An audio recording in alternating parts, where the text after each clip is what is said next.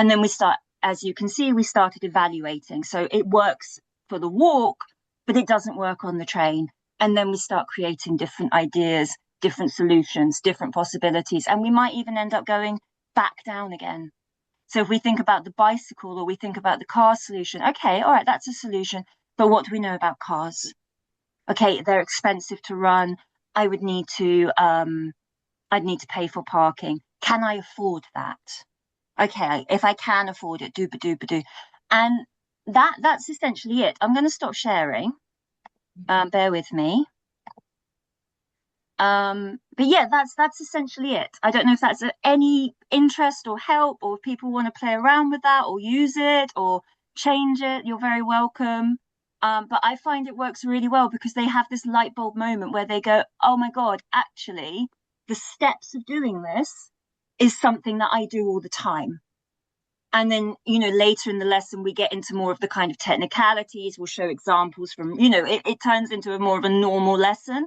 But I find that kind of discovery, sort of gamified beginning to criticality and the discovery learning aspect, for me, has worked really well. I'm quite embarrassed now. I'm going to mute myself. No, thank you, Faith. That was lovely. I really like the way you linked it into like the theoretical taxonomy as well. So linking a theory, because I've seen that type of thing done before, but not necessarily always taken much further. So this is it's really good and very real as well, isn't it? Yeah. I'm just imagining you now going on the train with all your layers. What do you know? I mean, half of this isn't true. Like, I make it up. I just, whatever they throw at me, I just respond. And like, my journeys to work have sometimes been like 15 miles because they haven't given me anything good. Like, Yeah. it does get a bit silly. But if it's proper winter, I take props in because I do have a big coat. I do have a big hat. Like Lindsay and probably Catherine, who work with me, probably see me with my big hat and my big coat. So like, yeah, I do go all in sometimes with all of these props. Lovely. Is anyone else in the committee? Did anyone else bring? I've got something, but I'll see if anyone else has. Lindsay. Trying to put my hand up, so I had to do it in real life. Thank you, everybody, so far. It's really interesting. I'm the person who, when it comes to sort of Christmas shopping and that kind of thing, I'm very last minute. So typically running around at the last minute. So here I am running around at the last minute for this session thinking, oh, what gift would I take? But as always, I'm inspired by the people in the room with me. And I think that my gift is very simple. I was going to start by saying the gift is confidence, but I can't really give you confidence. I might be able to do it in some way. So then I started thinking about it a little bit more. But I think for any EAP practitioner, my advice is a gift.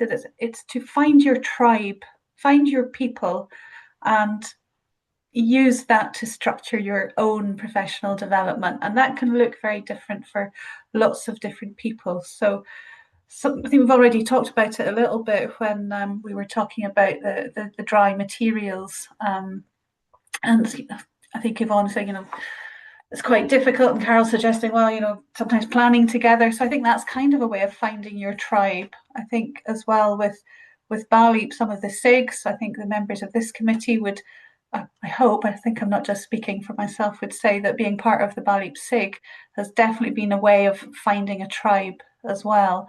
And so I think it's really about not just relying on what's immediately there in front of you in terms of your development, but go looking. And when you go to conferences and if you attend seminars, have the confidence to follow up with people, to contact them afterwards and say, hey, I really liked your presentation, or would you mind sharing your slides? And I think that's difficult at first when you're a new EAP practitioner. I think you can feel a little bit overawed by the Alwins and the Bs and think, oh my God, they're so great. And I can't possibly write to them and say, oh, that was really good. Can you tell me more? But in my experience, when you do get the confidence to write to people or follow up on something, most people are delighted to actually help you and to say, yeah, of course. And to, send you their slides or say, oh, there's this really great article I've read, let me share that with you. So I think it's that kind of It is confidence, but part of the confidence, the way you can build it is by identifying your tribe, who are the like-minded people. And they might be people within your own institution, they might be people that you work with, but they might also be outside your institution as well, and they might be in other places. And I know there's two people in this room as well, who I won't name, but I know that they've found their tribe outside as well, and that they're working together beyond the sort of the short summer contract that they do in a particular institution. So that's my gift. Find your tribe. And you're right, Lindsay. I know we all really enjoy and really benefit from working in the SIG together, and not only with each other, but with everyone that comes and joins our events. But I like that. Find your tribe. Angeliki? I think Paul has two gifts to offer. Oh, sorry. Uh, I do. Hello. Hi, Paul. Lovely Right. to see you. So my first one is about group work. So I'm going to share a Padlet with you that I've recently used for an internal training session in our centre, which is basically just looking at how do we get individuals to learn within group work. Like a lot of the times we put students together and we say, right, go and solve this task together. And then what happens is you have the dominant student who is sort of leading, and they're benefiting from the explainer effect where they're talking, and so they're maybe learning more than others. So I did a bit of a deep dive into some stuff, and I'm going to share the link to the Padlet with you in here, which I think you should be able to see. I'm just going to share the slides for the actual session with you. Oh, sharing is not turned on. Well done. There it is. There you That's go. great. Thanks, Carol. Let's see, where's my screen here? This one. So yeah, it's basically it's such a familiar pedagogy to have students working in groups, but we just need to make sure often that they are learning from that. And the main thing that I found was something called social interdependence theory by Johnson and Johnson in 1999, who say that if you want all the students to benefit from group work, we need these five things. And the jigsaw is a classic example of many of these. You know, a lot of us like the jigsaw learning tasks where we have the product, which is often what students are focusing on. They're focusing so much on getting the thing done, more so than the process of learning through doing whatever it is that they're doing. And so what Johnson and Johnson is suggesting is we have these five things, especially the top two. So the positive interdependence, where the students can see that in order to be successful at this group task, whatever that is, then everybody in the group must be succeeding, that the other people in the group's success contributes to my own success as an individual within a group task. Because even if you are working in a group, you still have an individual experience of that group work as a student. And then the second is the individual accountability. So each person has responsibility for something and for contributing their share of the work. Can you see this, by the way? I mean, No. you can't share. Okay, right, sorry. Okay. There we go. Right, there we are. Right. So yes, social interdependence theory from Johnson and Johnson. It's a bit of an old one, but these are the five things. So the first one, positive interdependence. The students see that their success is connected to the success of their group members. So oftentimes students are there thinking, well, I could do this faster myself. You know, they're thinking in their heads, well, I've got better language than this person over here, or this person is just quiet. They're just going to sit there in the corner. So I will talk, and the dynamics like that are quite common in group work. So if we design tasks where individuals' success is related to the success of their group members, then we're going to get a reason for the collaboration, because that's the first thing that students often think, like, why do we need to collaborate? I can do this faster by myself. And then the second one, individual accountability. There's some responsibility for students' individual learning, some contribution. And often that's done through roles. So academic reading circles are a good example of this, where you have, right, you summarize, you come up with the vocabulary, or jigsaw, where we have different people with different different information that they can then contribute to create the whole. And then there are three others as well there. So promotive interaction, where they have time and space to exchange that, provide feedback. That we actually teach them how to work in groups as well. So I think we often don't do that enough. As a profession, we don't teach them enough about sort of turn taking and how to invite people in. There's different types of dominance as well, which is quite interesting in the literature. So you have the aggressive sort of, right, I'm the leader, I will take charge. You have nervous dominance. I don't know what to do, so I'll just talk, blah, blah, blah, blah. So there's all these different types of things to manage as well, which I thought was quite interesting. And then the last one there, group processing, where the teams have time to think about how they did it, the way that they might improve, and so on and so forth. So this is based on my sort of deep dive into the literature. On the Padlet there, you'll see a couple of things that Santa has given you. So the first is you've got the slides that I've shared here if you do want to do a deep dive.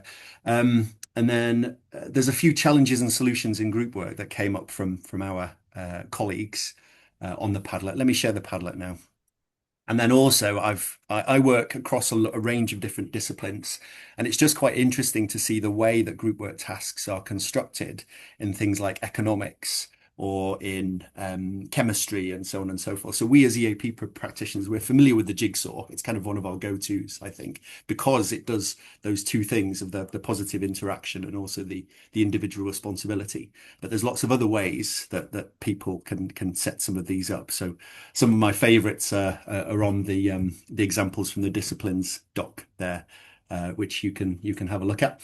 And then also on the Padlet, I've been experimenting with AI, which is my second gift, which I'll be very, very quick to share with you in a moment. So you'll see there I've made a Notebook LM. And what you can do with Notebook LM, if you are interested in using it, is you can upload a bunch of different sources and links, and then you can ask questions to it of just those sources and things like that. So that's quite an interesting thing to do. So that's my first gift to you all. My second gift is just sharing some of my experimentations with AI. So I have a little thesis about AI that we're actually looking at it in the wrong way. I think because it's a chatbot interface, we think of text in and text out, and that creates quite a lot of risk of cognitive offloading. And so what I've been experimenting with recently is using it to create artifacts. So something that's a bit more multimodal. If I can share. Which screen am I sharing now? This one. So that's the Padlet for group work. So we can actually now use AI to code things. We don't actually need you can actually use it to create very simple interactive artifacts. Let me show you the sorts of thing that I mean. So this is one of the first things that I made. It's an interactive periodic table. And I'm still trying to find use cases for these things. What this is just sort of functionality. So with this one, it gives you the periodic table. Sorry, Paul, we can't see Yes, your you screen. can't see it. Sorry, Okay. no. No, I'm really bad at sharing today. Right. Can you see that? Yes, you should be able to see that. Okay, so this is my first one, an interactive periodic table. So I've asked it to do this. And I've said, right, give me the periodic table. And then whenever you click on something, give me some details about that. And this is all very, flexible. It's all very adaptable. There's a quiz over there, all this different sorts of stuff. This is another one that I've made, an interactive guide to Greek myth. This took me 3 minutes to make this. So you've got the deities, the Olympians, the Titans, heroes, a little bit about them, and it comes up. It links to events. 3 minutes to make this. It's bonkers, the tech. What else have we got? I've got 3D refinery. Again, 2 minutes to make this. It tells you like this is this stage, and this is what it does, and this is the temperature, and then it moves on to this. And so I'm just blown away, honestly, by the sorts of things that this can do. And I can't quite reach the top there. What else? I did have